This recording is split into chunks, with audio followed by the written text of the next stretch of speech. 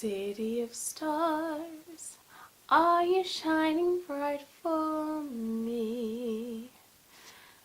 I am very late to the party. I saw, at least the City of Stars then, I saw La La Land back in the middle of January, so a few days after it came out in the UK, and I'm here to do have a little chat about it. Yeah.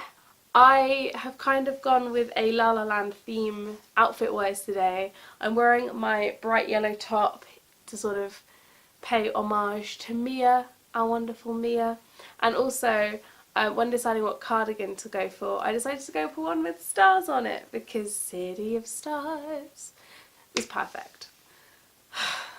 La La Land. So you may not know this about me, but I am a massive musical theatre fan. Musical theatre is my passion, it's my career dream. I would love to be in musicals. So this film I was very, very excited about. I don't really know where to start with this. I feel like I'm just going to go into different sections. So we'll start with characters and plotline. I feel like the plot is lovely because you get to see these characters so beautifully formed and fully fledged, and they follow their career paths but they interweave with each other, and I just really like how it's a modern day take on the highs and lows of being a performer in a performance industry, specifically in LA. This film is incredible at pointing out the ridiculousness of LA and how silly all of the auditions kind of things are, and how it's crazy and doesn't make any sense, which is brilliant because that's what most of us are thinking, and yet we kind of still go in for these auditions and this ridiculous part of it because even though it's mental, we still want in.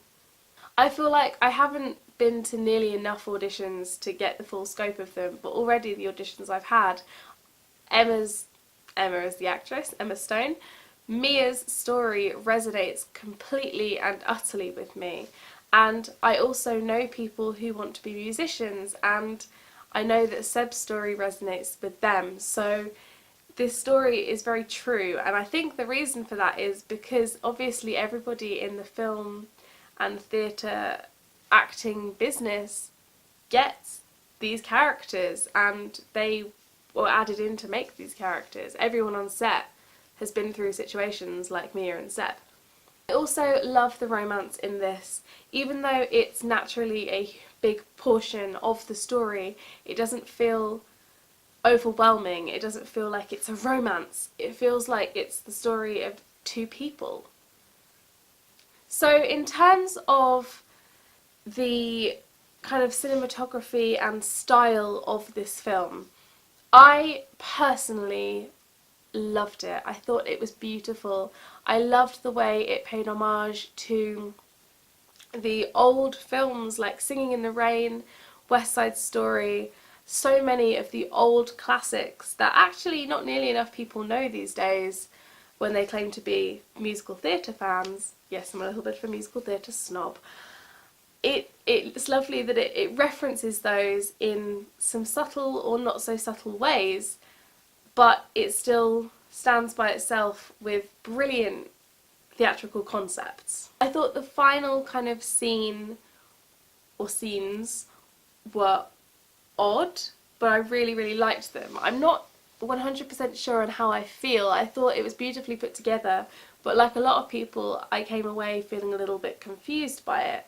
However, a lot of people have got very used to going to the cinema, seeing a film, and coming away and thinking about it a bit and how they liked it or didn't like it, but that kind of being it. They very rarely come away having to think through an idea because usually it's just given to you. We as consumers of media have gotten lazy.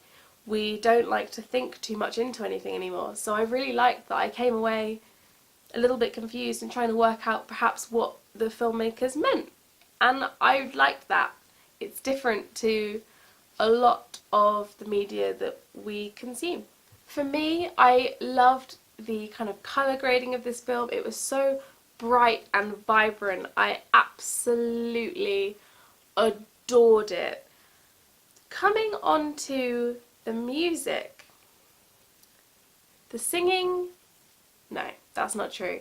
The music is the only part of this film that I didn't love, which is funny because it's a musical.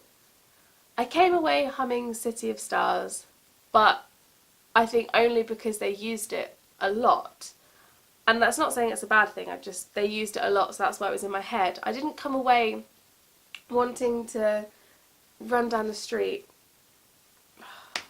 Being FaceTimed, I'll be back. To you, it looks like I didn't go anywhere, but in actual fact, I was talking to my mum on FaceTime for the last 45 minutes, so I'm back now. Don't know what I was saying, haven't got a clue. Yes, I think I was talking about the music. So, the music for me was a little bit weak. I felt like I wouldn't know going into watching this film that Ryan Gosling and Emma Stone both sing and are musical theatre people. Apparently Emma Stone started off on Broadway. I wouldn't know that coming out of the film because I felt like they wrote some very quiet, melodious tunes, which is fine to an extent, but they made it all very soft. And the only real song that started to have a bit of oomph was Emma's song, Mia's song, The Audition, The Fools Who Dream. But even that didn't have enough oomph for me. And I like a show-stopping, razzle-dazzle musical theatre number. And I didn't really feel like this delivered on that case, which for people who aren't musical theatre fans, they probably really enjoyed the film in that sense. But for me, it wasn't quite enough. The opening number felt like it was going to be like that, but as I think Daniel J. Layton said in his talk and discussion about this film, it was like they just, I think it was him that said it, it was like they just turned that down just a fraction, and I didn't get the pizzazz. If you're going to dance on cars, who was it who was saying this? I'm sure it was Daniel J. Layton, but maybe it wasn't. Whoever was saying this, they're completely right. If you're going to have a dance number where you're dancing on cars and singing and having a party and playing drums and whatever, you have to take that up. Otherwise, what's the point in doing it? It just feels a little, just a tiny bit lackluster, and it was odd. But in terms of the choreography, I thought it was exceptional.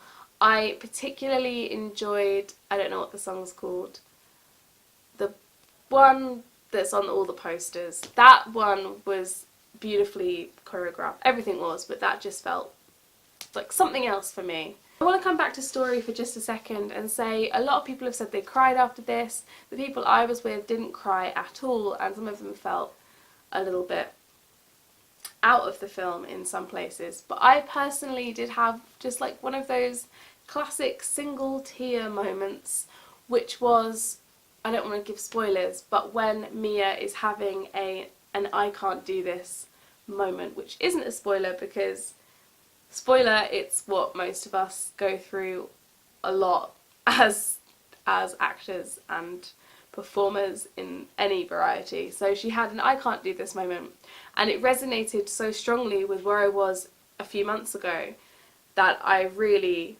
really felt it. And as somebody who feels like they've kind of come out to the other side of that feeling, it resonated and it was very true. So that was my single tear moment. A lot of people have, I think it depends on where you are at with your own personal journey, and if you're a performer, it'll probably resonate with you more than if you're not, but you'll still appreciate it and get it as a film. So that's kind of everything I want to say on this. I don't think there are any thoughts that I've missed. Those are my main kind of thoughts and feelings on the film.